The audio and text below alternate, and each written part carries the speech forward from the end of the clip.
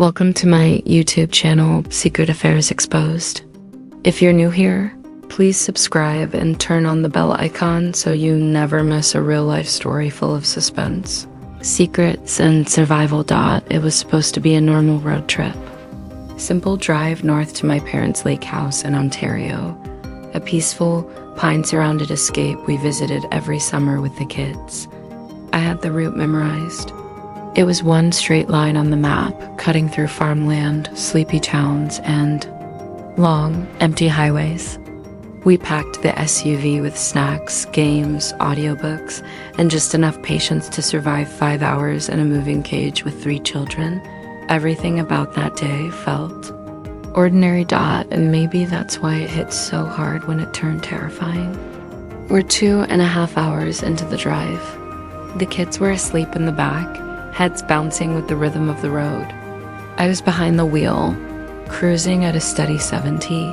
My husband, Nathan, sat beside me, gazing out the window in a way that didn't seem unusual at first until he said it, barely audible, cold, urgent, turn the car around, now. I blinked. What? His eyes were still on the road ahead, but his face was pale. He didn't even glance at me. I said, turn around. Please, exit the highway, now. The tone in his voice made my stomach drop. It wasn't a joke. It wasn't. Nerves. Nathan wasn't a dramatic man. He was the calm in every storm, but now he was panicked and trying to hide it. I didn't hesitate. Something in me, maybe instinct, maybe fear, reacted faster than logic. I took the next exit, a sharp curve off the main road that led into a patch of woods and scattered fields. As we slowed, I heard the air return to Nathan's lungs. He'd been holding his breath. Nathan, I said, pulling onto a dirt path wide enough to park. What the hell was going on? He didn't answer right away. He just stared behind us, back at the highway, like he expected something to come barreling out of the trees. And then he told me the first sight Nathan said he saw a black SUV behind us about 10 miles back. At first, it was just another vehicle. Then it got closer, stayed close, matched our speed, changed lanes when we did, slowed down when we did. He thought it was coincidence. But then we passed a rest stop, and when we didn't pull in, neither did they. Another 20 minutes. Same pattern. He hadn't wanted to scare me or the kids. So he stayed quiet until he looked in the side mirror and saw the passenger in the SUV lift something metallic. Something that looked like a rifle. My chest tightened. Are you sure?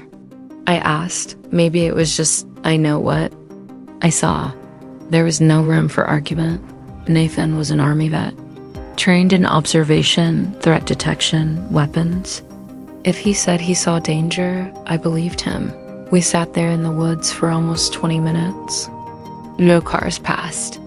No sound but the rustle of wind through dry leaves and the chirping of unseen birds. It felt like time had stopped. I kept looking back toward the highway, half expecting a black SUV to come rolling into view. But it did in single quotes T. That finally, Nathan leaned forward. We're not going back on the main road. Then how do we get to the cabin? We don't, not yet. The kids were stirring in the back seat. Our youngest, Ava, whined about needing the bathroom. I felt like I was in a dream. Or a movie. Something surreal. This wasn't how the day was supposed to go. Different ROU TV used Nathan as phone to pull up back roads, country routes, and winding trails that snaked through rural towns.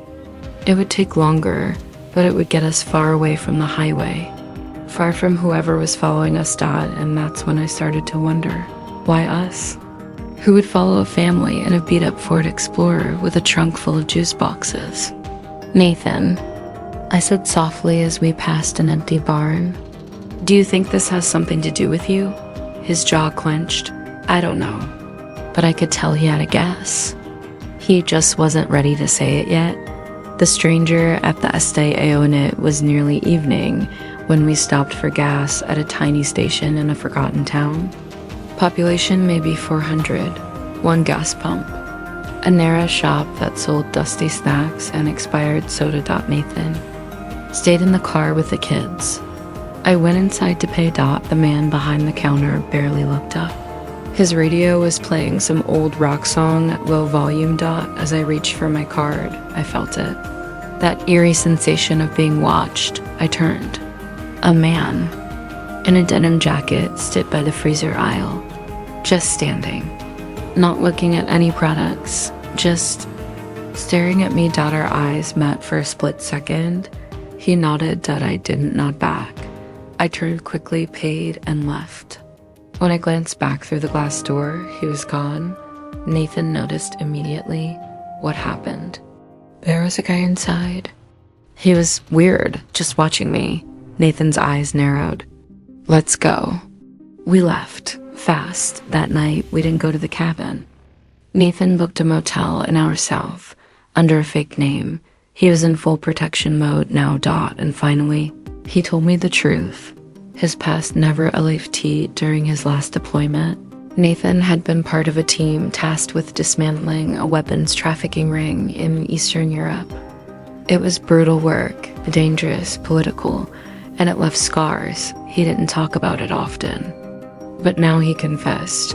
3 of the people his unit exposed had fled, never captured. And for years, there were whispers they were hiding in North America. Recently, one of his old military contacts reached out with a cryptic message. They're asking about you. Nathan hadn't taken it seriously until now, and it all clicked. The SUV, the man in the store, the way Nathan's name didn't come up on the motel registry because he didn't use it. This wasn't random. They had found him. And now they had seen me.